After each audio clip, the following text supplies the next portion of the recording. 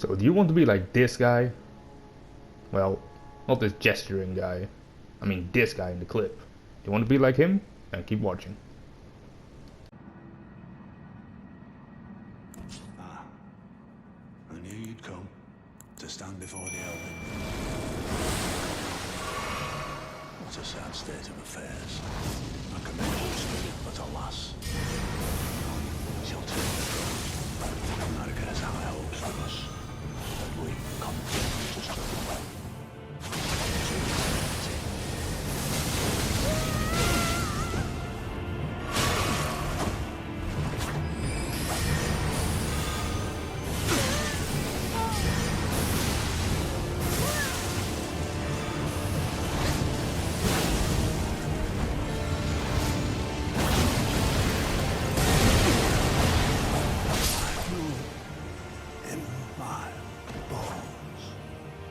Tarnished cannot become a lord. Not even you. A man cannot. What's up, guys? Lack of skills here. Hope you enjoyed that little intro. That was good fun. Well, I'm not gonna make a whole story. But I will say this is a Black Knife build. This is a cosplay-ish build, if you will, for Elden Ring. With all the armor, gear, etc, etc. Now what I will do in this video is I will tell you where to get it and what you have to do to get it. Of course, it's a little bit roleplay oriented, right? So it's important that you keep that in mind. So let's go to equipment here. Oh yeah, I'm gesturing so you can't see my whole shit. Let me just ungesture real quick. There we go. As you can see, I got this, the Hand of Millennia. However, this is not necessary. You can take this off. Your main weapon is the Black Knife, right? Plus 10. I upgraded it. This is NG+, by the way. The clips you saw and will see are NG+. This is NG+, so this is not base game. That's important to note. Or well, new game rather. All this gear is gotten like all over the place, mind you. So this is not a I'm just gonna jump in the starter area, run around the map and collect a bunch of shit build. It's not like that. There's enough of that on YouTube. If that's more your gig, go watch it. I mean, whatever, more power to you, right? But that's not like that. This is not that kind of build. So the Black Knife plus 10. As you can see, the stats for it are pretty decent. I wouldn't call it, it's not OP, it's not shit. It's decent, right? So you have the skill, the Blade of Death, which is this skill pretty much. Hit L2 is a weapon art, fires a blade in an arc. It's about the same range as sorceries. So any of you mages out there that use the glintstone, pebbles and whatever else have you, the comets, it's about the same range as that. So that's about how far it goes. Now, what is important to note is of course the whole why is it's a role-playing thing, right? Now to figure that out, as you can see on my bar, I have a bunch of miracles, right? Golden Vow. These are more so like roleplay. Golden Vow is actually very strong. This spell's really OP. Like, I will show you why this spell is actually just cracked straight up. Let me see. That's the wrong button. Memorize spell. There you go. See. So Golden Vow increases attack and defense for self and allies. Now if you use this, you get about 120 damage per hit extra, right? And that's with a not so good talisman. Now that brings us to number 2. Of course, the scaling for this, for the Black Knife, by the way, because the Blade of Death skill is holy damage. Now, that's important to note. You wouldn't think it, but it's holy damage, which means if you're using items or whatever else that buffs your holy damage dealt or magic damage in general, this will apply to your weapon arts as well, which is important. You can see the holy scaling, right? 159 plus 100. Critical on the dagger is 110, which is, I'd say, a little underwhelming, I have to be honest, because like if your knife looks like this, right, and you stick that in someone's ass, that's gonna do a lot, and they made a lot of fucking damage. So it makes no sense that the crit scaling is 110. It's dumb. Like that's just, I don't know. I don't agree with that, but whatever. That being said, why I like this knife is because it has triple scaling, right? The attribute scaling has strength, dex, and faith. Now you can see that on the right, my character level is 254, right? This is NG+, but you can see that my faith, my dex is 99. I'm maxed out on that. The rest are like min requirements and just the usual health, stam, etc, etc. So, but you only need 8 strength to use this, 12 dex, and 18 faith, which means with the base samurai class, if you pick the samurai class as your starter class, you have enough strength and dex to immediately equip it. So all you have to do is put in some points into faith, right? And you could use it instantly. which is why this is pretty good, because the requirement is really low. Now it has no passive effects, very sad. I would have liked to see it to bleed or something, that would make sense, but that being said, it brings us to number 2, the Golden Order Seal. Now I will go over where you can get this after I've talked about all the items and why you should use them. I'll just go down the list and tell you where to get it. So you can take notes, or Google it, or make a notepad or whatever for the exact locations. I'll tell you in the whereabouts it is. So the Golden Order Seal, fundamentalist incantations. This means the holy stuff, like the golden vows and the litany of proper death, darkness, stuff like that. Like these don't apply. Like Blood Boon and Bloodflame Talons don't apply. But the fundamentalist, which means if you use the golden vow, you get even more bonus out of it, because it's a fundamentalist incantation, right? So you get more, your power spike and your defense will be higher because of it. This is why it's very good. So you use this, although keep in mind the Golden Order Seal does require some intelligence to use. So you can see the attributes required are high. It's 17 in, 17 faith, right? So the requirements are up there. But the scaling is good. 284 incantation scaling is pretty decent. Although keep in mind this is fundamentalist incantation. Sadly there is not really any good actual miracles per se. For those who play Dark Souls, no miracles, right? There isn't any good miracle scaling per se, which is a bit sad, but it is what it is. Like, miracles are a bit shit in this game, I'll be honest with you. You're better off using like pyromancies or the black flame stuff that you can get. It's pretty good also, but for the sake of roleplay, like I said, we're doing this. Now, we go with the Black Knife armor set obviously, because else the whole Black Knife cosplay wouldn't make any sense. Now, why I stick with miracles, this is important, right? Read the little description here. Skill armor used by the Black Knife assassin, forced to make no sound, yada yada, tells you something about concealing veil which muffles sound of footsteps. That's all very interesting. But now we get to the actual interesting lore aspect point of the thing is, the assassins carried out the deeds of the Knight of the Black Knives, which is what you see in the intro, where they kill that one bloke, Goldwyn the Golden or whatever. They kill him, which is like the Black Knife assassins killed him. They're rumored to be Newman, which is their, a servant with specific skill sets, I assume, who had close ties with Marika herself. Now, Marika, of course, is the goddess person in this world, that is the mother of miracles and all this stuff. So, miracles, there you go. That's the whole idea behind it. Now, with this talisman setup, this is also good setup here, right? You're with Pearl Drake. This boosts vastly non-physical damage negation, which is everything. That includes what's it called, magic, that includes fire damage, that includes literally everything. So everything that isn't like a sword to the head pretty much is negated by this.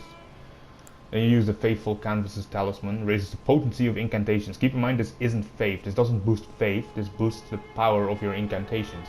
So you use this, the Faithful Canvas, with this, right, the Golden Order Seal, and then you cast Golden Vow to get about like double the value of it. Which makes that, still pretty strong, I'd say. Dragon Crest Shield Talisman, this is nuts, vastly boosts physical damage negation, so you got here everything non-physical and everything physical, so this makes you extremely tanky, despite the armor not being that good, stat-wise, right? You can see like against magic fire, it's a bit, it's not that good, right? These two make you extremely tanky, it's ridiculous. And then you can pick this up, the Earth Tree's Favor, -+1, because I got mine in NG+. Usually if you pick this up, this will just be Earth Tree's Favor +0. Raises maximum HP, stamina, equip load. Pretty good, right? You can allot this however you want. Like, I have 2 magic flasks because I run the Flask of Wondrous Physique also. And Mimic Tier, right? So you get a lot of value out of your damage. Your bleeds are easy to apply with the Blood Boon because your clone will be doing the same thing. Which is why this is all pretty important, right? It all lines up relatively well. You could, of course, allot like 10 here and 4 there if you want, like... It's all about how confident you are in playing, right? Now that being said, the Flask of Wondrous Physique here is good because you can get the Cerulean Hidden Tier. I'm sure you've seen that in the magic Beam of Death builds that everyone's running because they don't want to play the game, they just want to hold R1. It's very exciting gameplay. And then you have the Holy Shrouding Crack Tier, which boosts holy attacks. You could also use the, I believe it's called, let me look at my notes. Yes, I have notes, professional YouTuber. The Faith Not Crystal Tier, which boosts your faith. For me, obviously that's useless because I have 99 faith, right? But if you're not maxed out on faith, you could use that. It's pretty good. So I recommend using one of them. Now, onto, I'm going to tell you where to get all this stuff, and this is quite a list. So mind you, this is not going to be a, like I said, this is not a build where you just run around and pick up a bunch of shit and it's finished. Like, this takes time to assemble. Yeah, so let's just start at the top, that always makes it easy, right? So the black knife plus 10. This upgrades with somber smithing stones, mind you, this is important. Somber smithing stones, which means you cannot apply any grease or what have you on it, right? So you have in your inventory, if you go here, you see these, let's see where they are. Here, right? You have these fire greases, magic grease, lightning, holy grease. So it applies the damage, an extra damage of what it says, right? Coats armament, inflicting poison, holy damage, lightning, etc. You can use it against enemies who are weak against a specific sort of thing. A whole bunch of them, you see.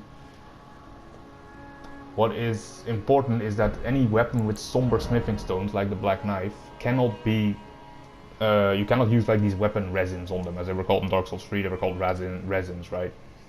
You cannot use grease on these, so there's no point in collecting any spells or weapon coating things that will give you additional damage on that, because it doesn't work on anything that upgrades with somber smithing stones. This is important.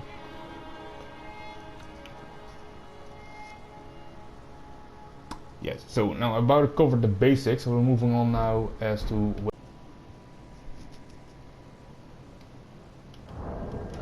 Right, so as I said, we moved to a new location because looking at the same shit gets boring, right? As I said, the black knife, that's the first item. Not on the list, in this list is not in any particular order, by the way, of how you get stuff and where you get it. This is just a list of, we go from weapons to armor to talismans, so you just literally just go down the list as you see it here, right? So the black knife weapon, that is got in the Sainted Hero's Grave in Altus Plateau. Now this actually isn't as bad, I'm pretty sure it is right about over in this here area. Let me see. I always have to search for this because everything looks the same to me, right? So, but I remember it being somewhere over here.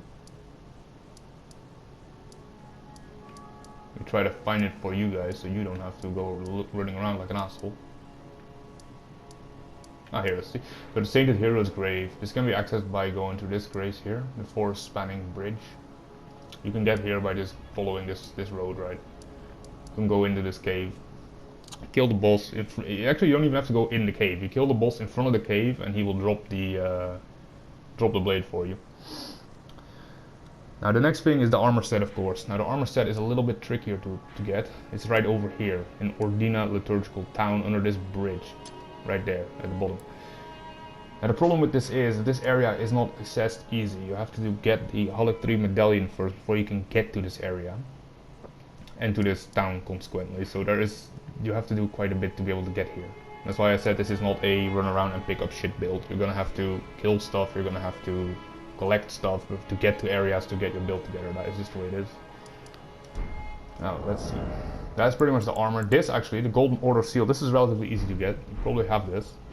This is also in Altus Plateau in this little church here, the Minor Earth Tree Church, where you can get relatively quick. You can either go over this bridge, past the 2-3 sentinels, rest at the bonfire here, go up the hill, go to the church, right?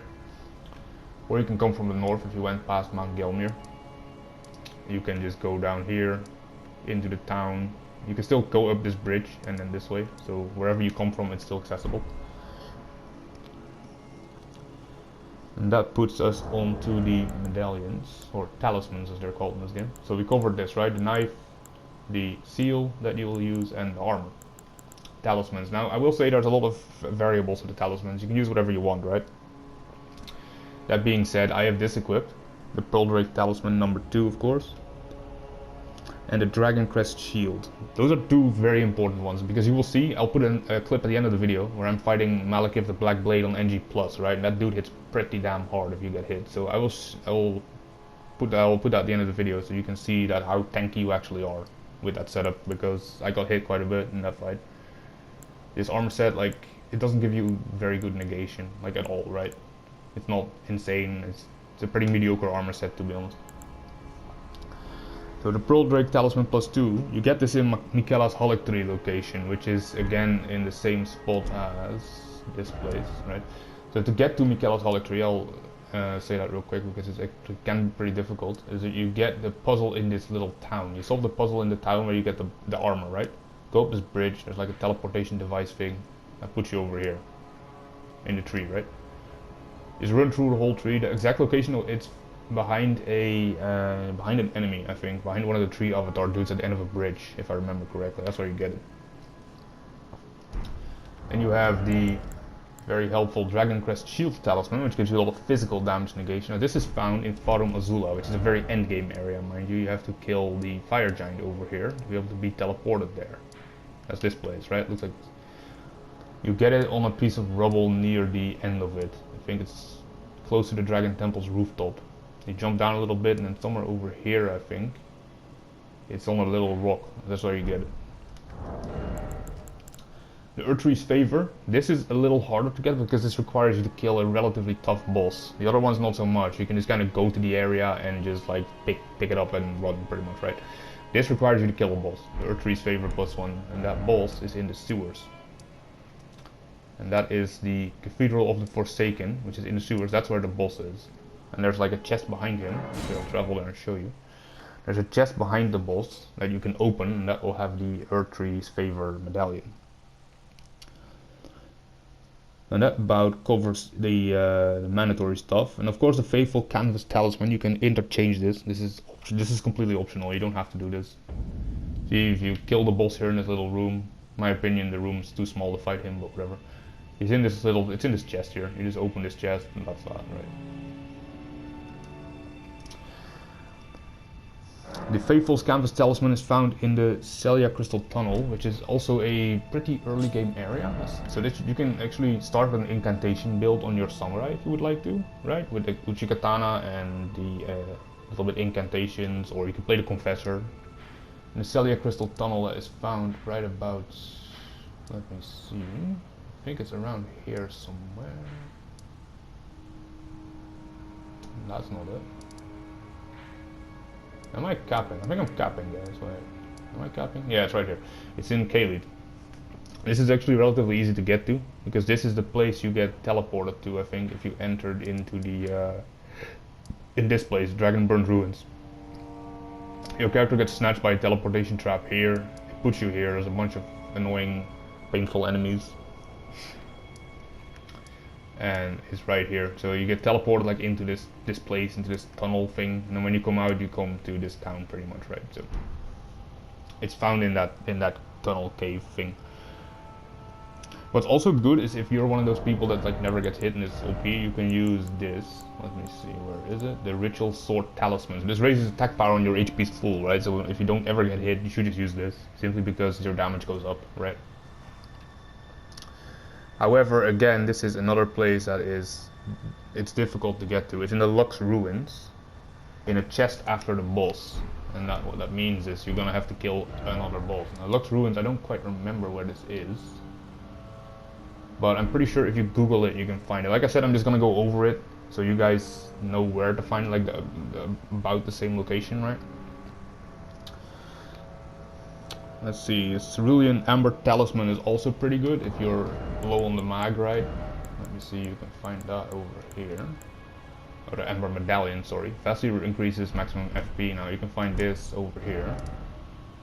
On this little slab of land here, right? And that is in this Lunar Estate Ruins. Beware, you need a stone key to access this. You need one of those stone sword keys to go in. This is important, because else you can't actually get it, because it's behind a hidden wall for a stone sword key. Also worth noting is you cannot get here unless you did Rani's questline, because you cannot go in this place if you didn't do the questline. So keep in mind that you have to do the questline, or you're not going to be able to get that item. And if you want to go even more overboard with the damage and not getting hit, what you can also do is get the Soar Seals. They are, let me see where they are, here they are. So you have the Marikas and the Radagon Soar Seal, right? Now as you see, this is important, because both of them, if you look on the right, you see my stats, right? Radagons gives me endurance, strength, vigor, right? It gives me 3 different stats. And then you have Marikas, but if you look, Marikas gives me different stuff, right? She gives you stuff related to magic, right? To arcane, to intelligence, to your mind. And Radagons is more for physical. So both of these seals are good. I think the damage you take is 12.5% more I've seen, but other people say 5%, so I'm not sure how much it exactly is, but these are good for stats. Again, this is for if you like are very good, you rarely get hit. These are good pickups, just because you get extra stats. You can use both of them if you want, and just increase your stats all the way. So what you could do is Sword Seal, and then use the this, right, the Faithful Canvas for potency of incantations, and the Sword Talisman to just boost your damage pretty high. I can do that. Let's see, I think that about covers the talisman options. Like I could just say, I could say to you, like, just use these 4 because that is whatever, right? But that's stupid. This is an RPG pretty much. You can pick whatever you want. So I'd like to space it out a little bit so you can see what you could use, what you want to use, whatever you know. So that's why I'm going over this a little bit slow, like. Now you got the Flask of Wondrous Physique, of course. This is just silly. This is OP. Like, there's a lot of tiers you can use. There's a lot of OP tiers. There's some less good ones. The what's it called? The flask itself is found in the Third Church of Marika. So if you don't know where to get this is relatively easy to get. You spawn like here, right? So if you start a new game, you spawn here. You go to the church, and you got the little Gatefront ruins over here. The cave with patches, right? What you pretty much do is you just follow the road, you take the split on the left, you keep going, take this, Mistwood Outskirts, and then there you go, the Third Church of Marika is right here. That's where you find the initial flask.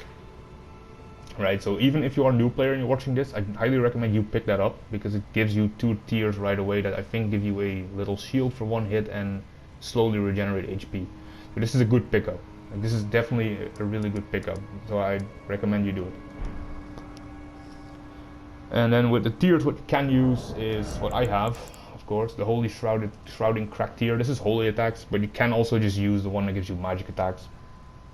Both of them are good. And the hidden tier. So what this does is you could, like, for example, like, I'll show it to you, right?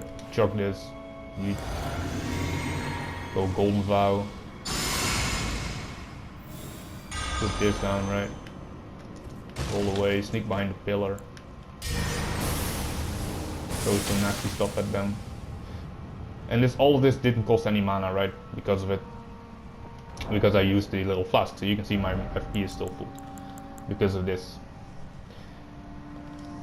Now, where you can get the Holy Shrouded tier, that's an Earth Tree avatar in Northeast Liurnia. So these are like the trees on the map, right? You see these trees on the map, like this little tree over here. It's like these little trees. This is Liurnia of the Lakes. Northeast, which means that's this little tree specifically, right? You go here, there's like a little boss there, you kill him, and there you get the Holy Shrouded tier. Now the Faith Mold Crystal tier is the thing I said earlier you could use if you want to boost your faith with it. This is, keep in mind, this is temporary. You drink it and it's for like 1 minute, I think. And it boosts your faith for, but this is found in the Church of the, what's it called again? I think this is... Yeah, I'm scrolling through my notes, guys, because like I said, there's so much information, I cannot remember this. So sorry for my amateurism, but I'm literally scrolling through notes right now. Let me see, it's in one of the churches. Now, let me see if I can find where I left my notes. Ah yeah, it's east from the Church of the... let me see, I think it's over here. I think it was in Limgrave, right? Or am I crazy? I think I might be crazy. Anyway, like I said, I can't find my notes. I wrote it down, but I can't see where I wrote it down. So anyway, just Google that. That's an optional one you could use. And then of course you need the Cerulean Hidden tier. This is very important. And this is found in the... this gets from an ulcerated tree spirit. You get this near Volcano Mana. There's like a little tree here. Let me see where it said little tree. In Mount Gelmir. Wait, did this tree just... Oh, there it is. I was looking at this. This tree disappeared from my map or what? Like, it's this tree. Now to get here for the Cerulean Hidden tier, this is a little bit difficult. You go all the way around, right? So this is the 9th Mount Gelmir campsite. You have the boss here. Jump down here. Go down here. And you go all the way around to this place. Go all the way around. Under here. To this. And then you get to the tree. Now you kill the little boss there. And he gives you the hidden tier. Let me see. Now there is obviously the spells, right? So you have the spells. Now I'll just quickly browse over where you get them, how you get them. So let's just see. This is not very good, by the way. This is not very good. This is more for the roleplay of it. Like, this gives you some damage. These are pretty good. So Golden Vow is definitely a must-have, I would say. Golden Vow, you can get this from Corpse Tent Shack in Mount Gelmir, and it's just found there on the ground near a person. And this is exactly on the road to the Tree Spirit. This is this place, right? So you can just go to this little campsite thing. Instead of going up the ladder, you ride down to the bridge, right, to go here, and that is where the Golden Vow spell is found. The Litany of Proper Death rights is purchased from D in the Round Table Hold. He's the little guy with the double armor set. You just talk to him and he sells it to you. This is more like, it's good for PvP because it's a very wide area, right? Like if you cast it, he is very big. It doesn't do quite a lot of damage, so I wouldn't use it for damage per se. I would use this, right, the Blood Boon, because this applies fire and bleed build up, so this is pretty strong. You can buy that from D, the Litany of Proper Death Rights, right? Now I will say it's not useless. It can be good in PvP, like I said, because it's a wide area, so it's good to finish low health targets off. Or you could use it against enemies that stagger easily, or enemies that are very weak to holy damage, right? So it's very good against them. But other than that, it's not that good. Assassin's Approach is also an option you could take, but seeing the armor gives you the stealth, right? As it says here, the Concealing Veil. It's a little bit pointless to use Assassin's Approach because it gives you more stealth that you already have. It doesn't stack, so it's a bit you know, not really useful. But if you do want that, you can get it from the Turtle Pope in the Church of Vows. And the Turtle Pope, I'm pretty sure everyone knows the Turtle Pope. He's right here, the Church of Vows. You can get here by just teleporting from Raya Lucaria. There's like a window thing here that teleports you across the lake to the turtle. Keep in mind though, you need the Assassin's Prayer Book. You need to give the Assassin's Prayer Book to the turtle and he will teach you the incantations, that's also where you get darkness. So you get this from him and the other Assassin's Approach. They both come from the book.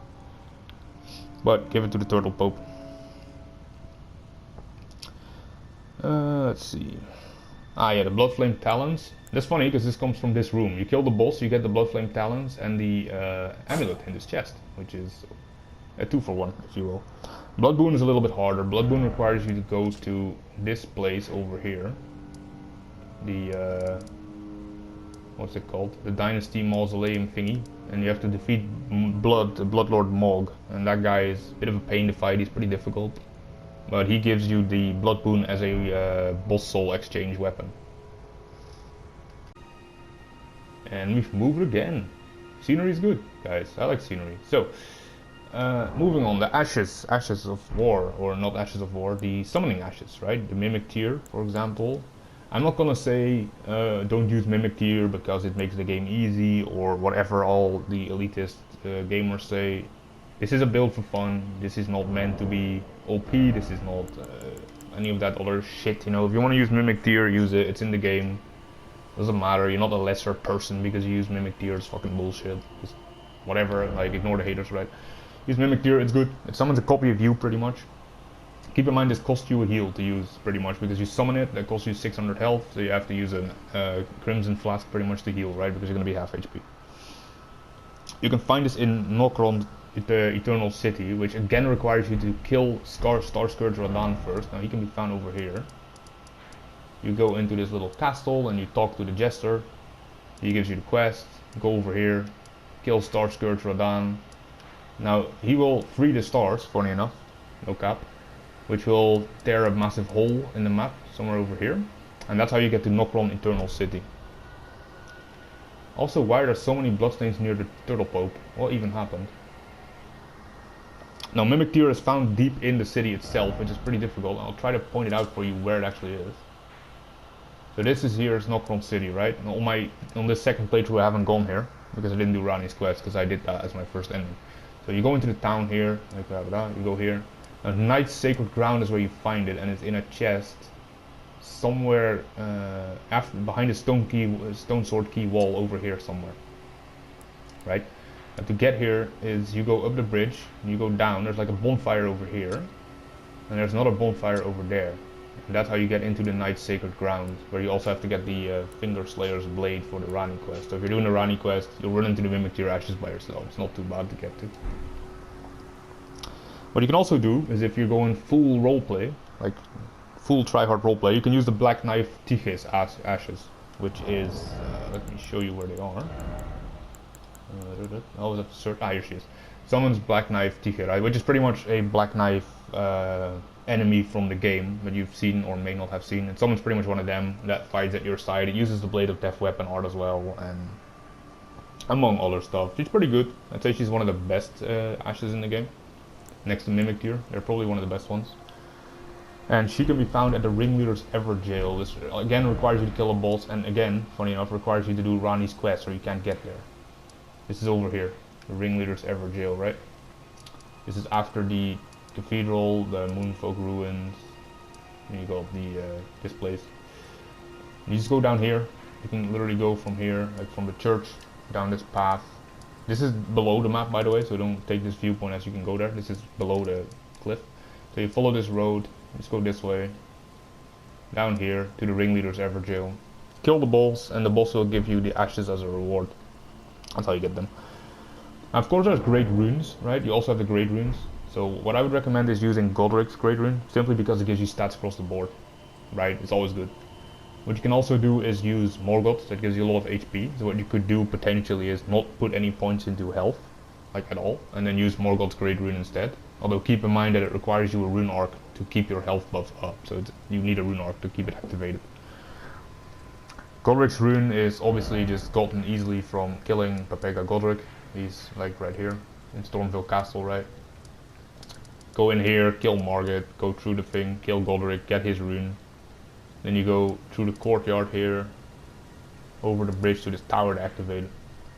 Pretty simple stuff. And that about covers it. If you do have any questions, comments, criticism, everything is welcome. Just keep it like in a non-insulting manner. Gag. Lol. No, it's all good. But yeah, suggestions and all that stuff. Let me know in the comment section. If there's things I should change or not, let me know in the comment section as well. Like, share, all that good shit. And enjoy the Malekith fight, guys, and until next time, goodbye.